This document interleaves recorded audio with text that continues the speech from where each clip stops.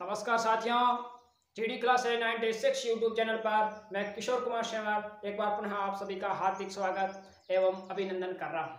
विद्यार्थियों, राजस्थान सामान्य ज्ञान की सीरीज में कला व संस्कृति के अंतर्गत हम राजस्थान के प्रमुख त्योहारों के बारे में चर्चा कर रहे थे।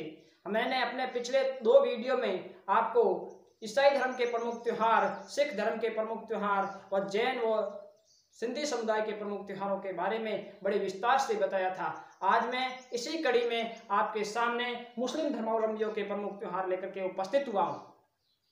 जब मैंने अपने पहले वीडियो में 4 प्रमुख कैलेंडर या संवतों के बारे में चर्चा की थी, तब मैंने आपको ये बताया था कि जब मैं मुस्लिम धर्म के त्योहार प्रारंभ करूंगा उससे पहले मैं आपको हिजरी संवत के बारे में बताने वाला हूं। तो साथियों, मैं मुस्लिम धर्म के प्रमुख त्योहारों की चर्चा करने से पहले आपको हिजरी संवत की ओर ले जाना चाहूंगा। हिजरी संवत, साथियों, हिजरी संवत की बात की जाए तो हिजरी में शब्द है हिजरी और हिजरी में संवत है हिजरी। हिजरी संवत में शब्द है हिजरी और हिजरी शब्द बना है हिज्र से। किससे बना है? हिज्र से। हिज्र शब्द का अर्थ क्या होता है? हिज्र शब्द का अर्थ होता है पलायन करना। क्या अर्थ होता है? पलायन करना।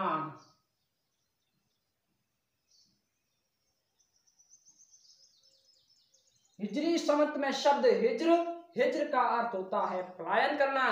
विद्यार्थियों, आपको ध्यान होना चाहिए 16 जुलाई 622 ईस्वी में मक्का से मदीना की ओर पलायन करने वाले हजरत मोहम्मद साहब का नाम याद रखना है। हजरत मोहम्मद साहब ने 622 ईस्वी में, कब? 622 ईस्वी में कहाँ की यात्रा की? मक्का से मदीना की यात्रा की थी। ये यात्रा एक पलायन था, मक्का टू मदीना।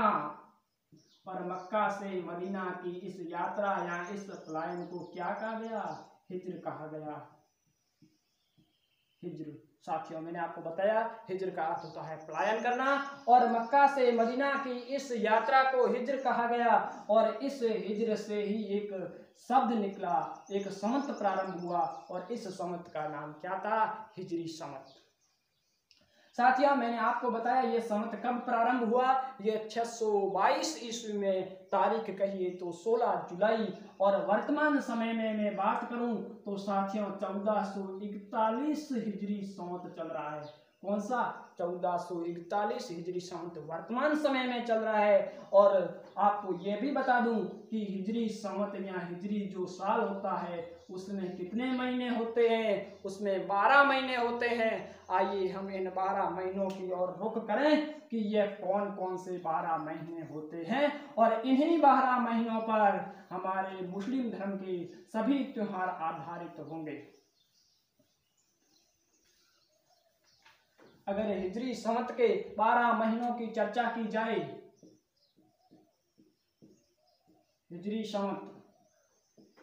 संवत के 12 महीनों की चर्चा की जाए तो साथियों सबसे 1 नंबर पर आता है। इसमें भी आप ध्यान दीजिएगा, 12 महीनों में दिन होते हैं 354। कितने दिन होते हैं? 354 दिन होते हैं। अपने सामान्यतः साल से 10 दिन कम होते हैं। और ये हिजरी संवत हिजरी संवत की गणना चंद्रमा की काल गति के आधार पर होती है। चंद्रमा की गति के आधार पर होती है। 1441 वर्तमान समय में चल रहा है। अब मैं 12 महीनों की बात करूं तो साथियों नोट करते जाना, सबसे 1 नंबर पर महीना आता है और जिसका नाम है मुहर्रम। मुहर्रम महीना। साथियों, जब मैं त्योहार की ओर आगे बढ़ रहा हूं और त्योहार में मैं आपको बताने वाला हूं मुहर्रम की जब तारीख आएगी 10, इस दिन साथियों ताजिए की सवारी निकाली जाती है। इस पर मैं विशेष चर्चा करूंगा। और नंबर 2 पर मैं महीना लेता हूं सफर। और नंबर 3 पर हमारा महीना रहने वाला है कौन सा? नंबर 3 पर रबीउल अव्वल।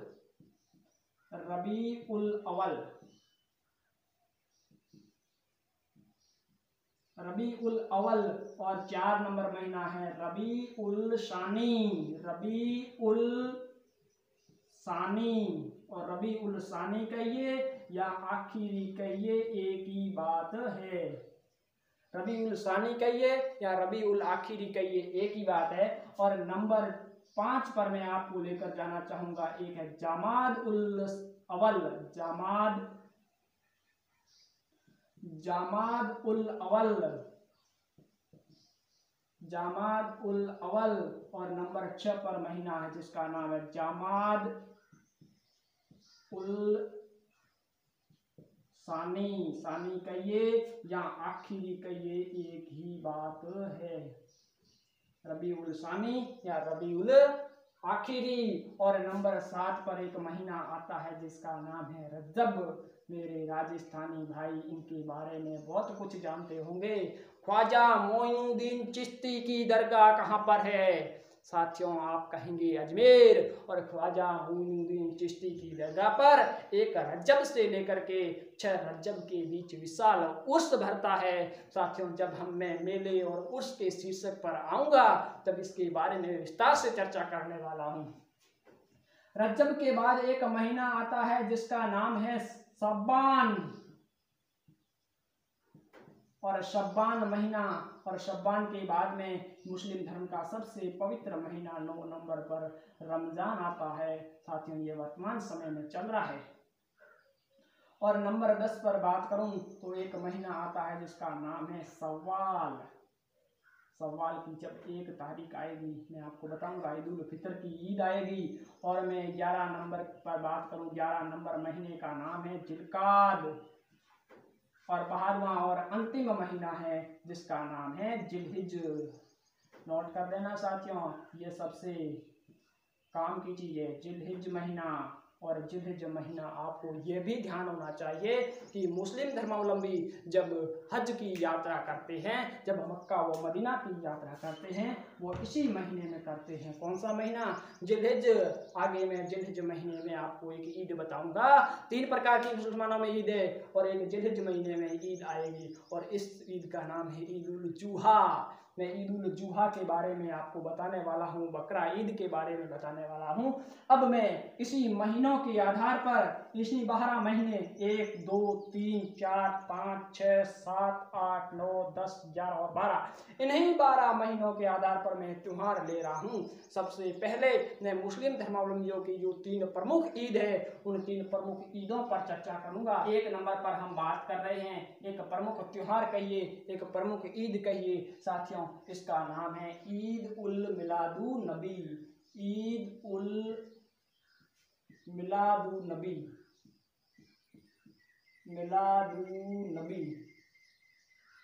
ईद उल मिलादुन नबी। और ये इसका एक अन्य नाम है जिसका नाम है 12 वफात। ईद उल मिलादुन नबी कहिए या 12 वफात कहिए, ये कौन से महीने में आती है? ये साथियों एक महीना है रबी उल अवल और ये 3 नंबर का महीना है। रबी उल अवल की जब तारीख आएगी, कितनी? 12 तारीख। रबी उल अवल की जब तारीख आएगी 12, इस 12 तारीख को एक महत्वपूर्ण त्योहार आता है जिसका नाम है ईद उल मिलादुन नबी, यहाँ 12 वफात। साथियों, अब मैं आपको याद करने का तरीका बता रहा हूँ कि ईद उल मिलादुन नबी से आप एक शब्द निकालिए, मिला। कौन मिले? हजरत मोहम्मद साहब मिले। हजरत मोहम्मद साहब का ये रबी उल अवल की 12 तारीख जन्म दिवस है, इसलिए आप रबी उल अवल की 12 तारीख में आपको शब्द मिलेगा ऊपर ईद उल मिलादुन नबी में मिला। इस दिन हजरत मोहम्मद साहब मिले, इस धरती को मिले, मुसलमानों को मिले। साथियों, तारीख है 12 और 12 से आप याद रख सकते हैं 12 वफात। 12 से 12 याद रखना। और वफा एक शब्द है जिसका अर्थ होता है मृत्यु, और इसी दिन हजरत मोहम्मद साहब की मृत्यु हुई थी, इसलिए आप याद ये भी रख सकते हो वफात 12 तारीख है। वफा का अर्थ होता है मृत्यु और मिला से आपको ध्यान रखना है जन्मदिन। हजरत मोहम्मद साहब का जन्मदिन भी यही है और मृत्यु का दिन भी यही है। कौन सी तारीख? रबी उल अवल की 12 तारीख। 1 नंबर आपको समझ में आ गई होगी ईद। अब मैं इसी श्रृंखला में आगे बढ़ रहा हूं, बाकी 2 ईदों के बारे में चर्चा करूंगा, लेकिन उससे पहले मुस्लिम धर्म या हिजरी संवत का सबसे एक पवित्र महीना मैं लेना चाहूंगा और उसका नाम है रमजान। कौन सा महीना है? रमजान। ध्यान दीजिएगा विद्यार्थियों, वर्तमान में यही महीना चल रहा है। रमजान महीने की बात की जाए तो रमजान महीने में मुस्लिम धर्मावलंबी रोजे रखते हैं। क्या रखते हैं? रोजे रखते हैं। सूर्योदय से लेकर के सूर्यास्त के बीच, सूर्योदय से लेकर के सूर्यास्त के बीच में किसी प्रकार का अन्न व जल ग्रहण नहीं करते। साथियों, यहाँ तक कि अगर जीभ पर थूक है तो उसको भी थूकते हैं, निगलते नहीं हैं। इस बात को आप समझ सकते हैं कि ये पवित्र महीना कितना पवित्र है। साथियों, रमजान महीना हो गया, या रमजान को आप अच्छे तरीके से याद कर लेना। और ये रमजान 9वां महीना है, ध्यान दीजिएगा 9वां महीना रमजान है और हिजरी संवत का सबसे पवित्र महीना है। और नंबर 3 पर मैं आपको लेकर आना चाहूँगा साथियों, और नंबर 3 पर एक ईद है और इस ईद का नाम है ईद उल फितर। ईद उल फितर। और ईद उल फितर की बात करूं तो साथियों, इससे पहले मैंने ये रमजान का त्योहार लिया है, एक पवित्र महीना लिया है। इसका मतलब मैं इससे एक ट्रिक से रिलेटेड करके आपके सामने इस ईद उल फितर का कॉन्सेप्ट क्लियर करना चाहूँगा। साथियों, ईद उल फितर की अगर मैं बात करूं तो पहले रमजान में रोजे रखे जाते हैं। रोजे रखने के लिए जो मुस्लिम धर्मावलंबी है वो सुबह से लेकर के मतलब सूर्योदय से लेकर के सूर्यास्त तक भूखे रहते हैं। उसमें एक फिक्र रहती है कि सुबह सूर्योदय से लेकर के सूर्यास्त तक भूखा रहना है, सूर्यास्त होते समय भोजन करना है और सुबह जल्दी उठना है। इस प्रकार की एक फिक्र रहती है और इस फिक्र से मैं शब्द जोड़ रहा हूँ फितर। जैसे ही रमजान का महीना पूरा हो जाएगा तो ये फिक्र मिट जाएगी। अर्थात रमजान के बाद में महीना कौन सा आया? सव्वाल। सव्वाल की पहली तारीख कौन सी आएगी? 1। जब सव्वाल की 1 तारीख, ध्यान दीजिएगा विद्यार्थियों, सव्वाल की तारीख आती है 1 और इस 1 तारीख को त्योहार आता है ईद उल फितर। साथियों, ईद उल फितर को मैं सेविया ईद भी कह सकता हूँ। साथियों, इस दिन सेविया मीठी मीठी बनाई जाती है। सेविया ईद कहिए या इस ईद को मीठी ईद भी आप कह सकते हैं। कोई मीठी ईद, ठीक है, सेविया ईद कहिए, मीठी ईद कहिए, ईद उल फितर कहिए, एक ही बात है। आपको ये कॉन्सेप्ट क्लियर हो गया होगा। अब नंबर 4 पर मैं चलूं तो तीसरे नंबर की ईद एक आती है ईद उल जुहा। ईद उल जुहा। साथियों, ईद उल जुहा कब आती है? मैं जिलहिज महीने की बात करूंगा। कौन सा महीना? जिलहिज महीना। और जिलहिज महीने की जब तारीख आती है कौन सी? 10 तारीख। जिलहिज महीने की 10 तारीख को त्योहार आता है ईद उल जुहा। साथियों, जुहा, इसको अब याद आप कैसे रखोगे? जुहा में शब्द है जूहा। ईद उल जुहा में शब्द है जूहा। जूहा से आप रिलेटेड एक शब्द निकाल सकते हैं जो जुदा। क्या बोलोगे? जुदा। और जुदा से आपको पता है ये हिजरी संवत है और इस हिजरी संवत की जुदाई कौन से महीने में होती है? आपका ध्यान आएगा इस जिलहिज महीने में। तो आपको ये सेट हो जाना चाहिए कि ईद उल जुहा जो पड़ता है वो अंतिम महीने में पड़ता है, जिलहिज महीने में। जिलहिज महीने की तारीख क्या है? 10 तारीख है। साथियों, इसका एक और मैं कॉन्सेप्ट आपको बता दूं। आपने नाम सुना होगा हजरत इब्राहिम साहब का। हजरत इब्राहिम साहब को जब अल्लाह ने कहा कि आपकी सबसे प्रिय वस्तु मुझे दान में चाहिए या कहिए यहाँ बलिदान में चाहिए, तो हजरत मोहम्मद साहब ने, हजरत इब्राहिम साहब ने सबसे प्रिय वस्तु अपने नवासे अर्थात दोहिते को बताया और उन्होंने अपने दोहिते की कुर्बानी देने की तैयारी की। जब दोहिते को लेटाया गया और उस पर चादर डाल करके जब उसका सिर धड़ से अलग किया जाने लगा, सिर धड़ से अलग किया गया, तब चादर हटा करके देखा गया तो उसके नीचे एक भेड़ का बच्चा था जिसकी गर्दन कटी हुई थी और उनका जो दोहिता सकुशल बच गया। हजरत इस्माइल सकुशल बच गए और हजरत इब्राहिम अपनी परीक्षा में सफल हुए। और इसी याद में इस जिलहिज महीने की 10 तारीख को एक त्योहार मनाया जाता है ईद उल जुहा। साथियों, वहाँ पर तो भेड़ की जुदाई की जा रही थी, और लेकिन मुस्लिम धर्मावलंबी इस दिन बकरे की बलि देते हैं, और इसी बकरे की जुदाई देने के कारण इस ईद को कहा जाता है बकरा ईद। क्या कहा जाता है? बकरा ईद भी कहा जाता है। आपको समझ में आ गया होगा बकरा ईद के बारे में, और इसका कॉन्सेप्ट आपको मतलब ईद उल जुहा का कॉन्सेप्ट आपको ट्रिक से याद रखना है। जुहा से आपको शब्द लेना है जुदा, और जुदाई किसकी होती है? बकरे की, अर्थात इसको बकरा ईद भी कहते हैं। और जुदाई कौन से महीने में होती है? जिलहिज महीने में हिजरी संवत की जुदाई होती है। इस प्रकार आप इस कॉन्सेप्ट को याद रख सकते हैं। आपके सामने मैंने 3 ईद और 1 रमजान का महीना, 4 अपने प्रमुख त्योहार हो गए। अब मैं 5 नंबर पर आना चाहूंगा। 5 नंबर पर अगर आप स्क्रीनशॉट लेना चाहें तो स्क्रीनशॉट भी ले सकते हैं। नंबर 5 पर एक महत्वपूर्ण त्योहार जिसका नाम है चहलूम।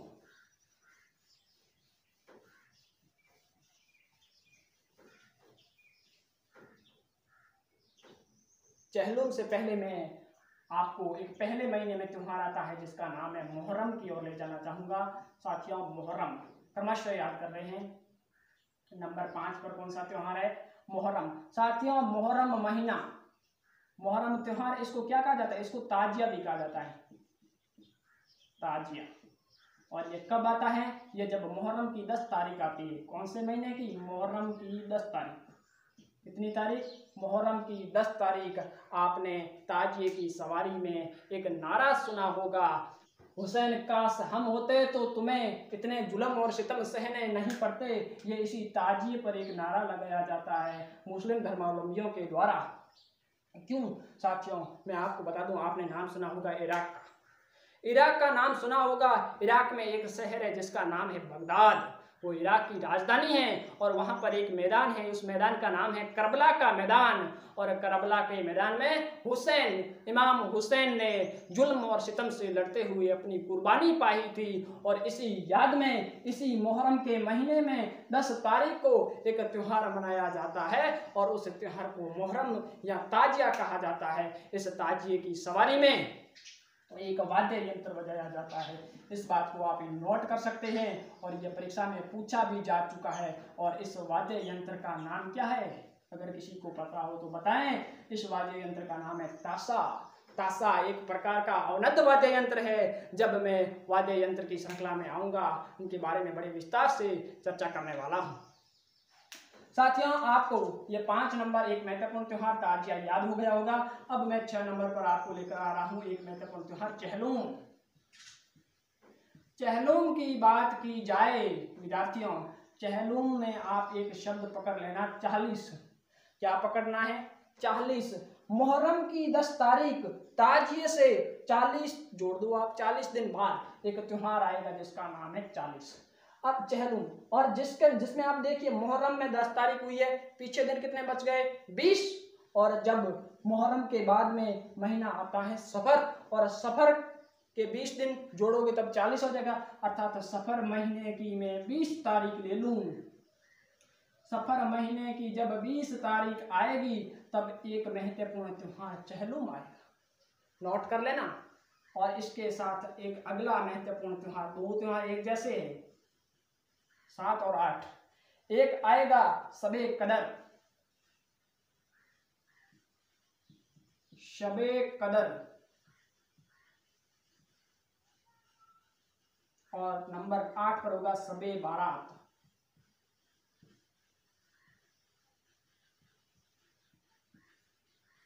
शबे कदर और शबे बारात।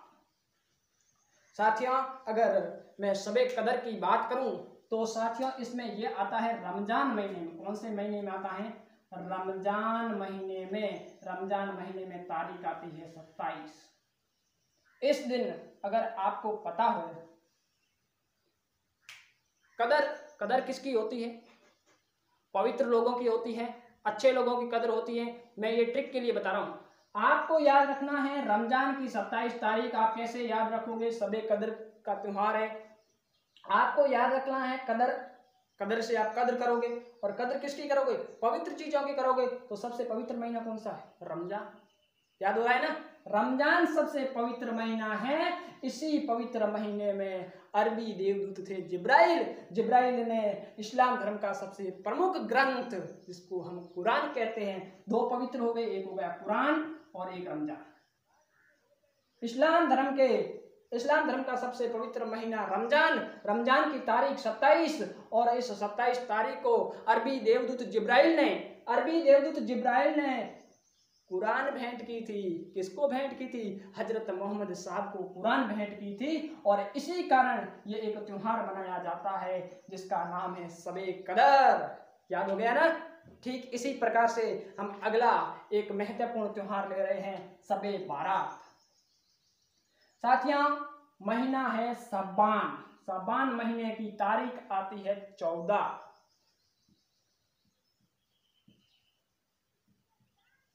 शबान महीने की तारीख कितनी है? 14। शबान महीने की 14 तारीख को एक त्योहार मनाया जाता है। इस त्योहार का नाम है शबे बारात। साथियों, कैसे याद करोगे?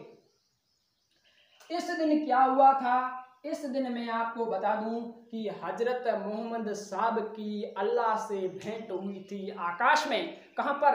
आकाश में अल्लाह से भेंट हुई थी। और इस दिन हजरत मोहम्मद साहब ने अपने किए हुए अच्छे बुरे कर्म की अल्लाह से माफ़ी मांगी थी। और इसलिए इस शबे बारात के दिन को इस्लाम धर्मावलंबी लोग, मुस्लिम धर्मावलंबी लोग कहिए, वो माफ़ी के दिवस के रूप में मनाते हैं। जब इनका वर्ष पूरा होता है, हिजरी संवत पूरा होता है, अर्थात एक वर्ष जब शबान महीने की 14 तारीख आती है, तब वो अपने एक हिजरी संवत की सब अपनी भूलों की माफ़ी मांगते हैं ईश्वर से कि हमें जो वर्ष में किए हुए कर्म, मतलब बुरे कर्मों के या कहिए पापों की मुक्ति दीजिए। इस प्रकार वो अपने सारे काम काज छोड़ करके इस शबान की 14 तारीख को अपनी माफ़ी दिवस के रूप में मनाते हैं। आशा करूंगा विद्यार्थियों, मैंने आज आपको मुस्लिम धर्मावलंबियों के कुल मिलाकर 8 त्योहार बताए। बड़े बड़े ट्रिक और टेक्निक से बताने की मैंने कोशिश की। मुझे लग रहा है कि आपको याद हो गए होंगे। अगर याद नहीं हुए हैं तो एक बार आप पुनः देखिए वीडियो को। अपने नोट्स के रूप में आप इसको स्क्रीनशॉट के रूप में सेव कर सकते हैं। आपको मेरे वीडियो पसंद आ रहे होंगे।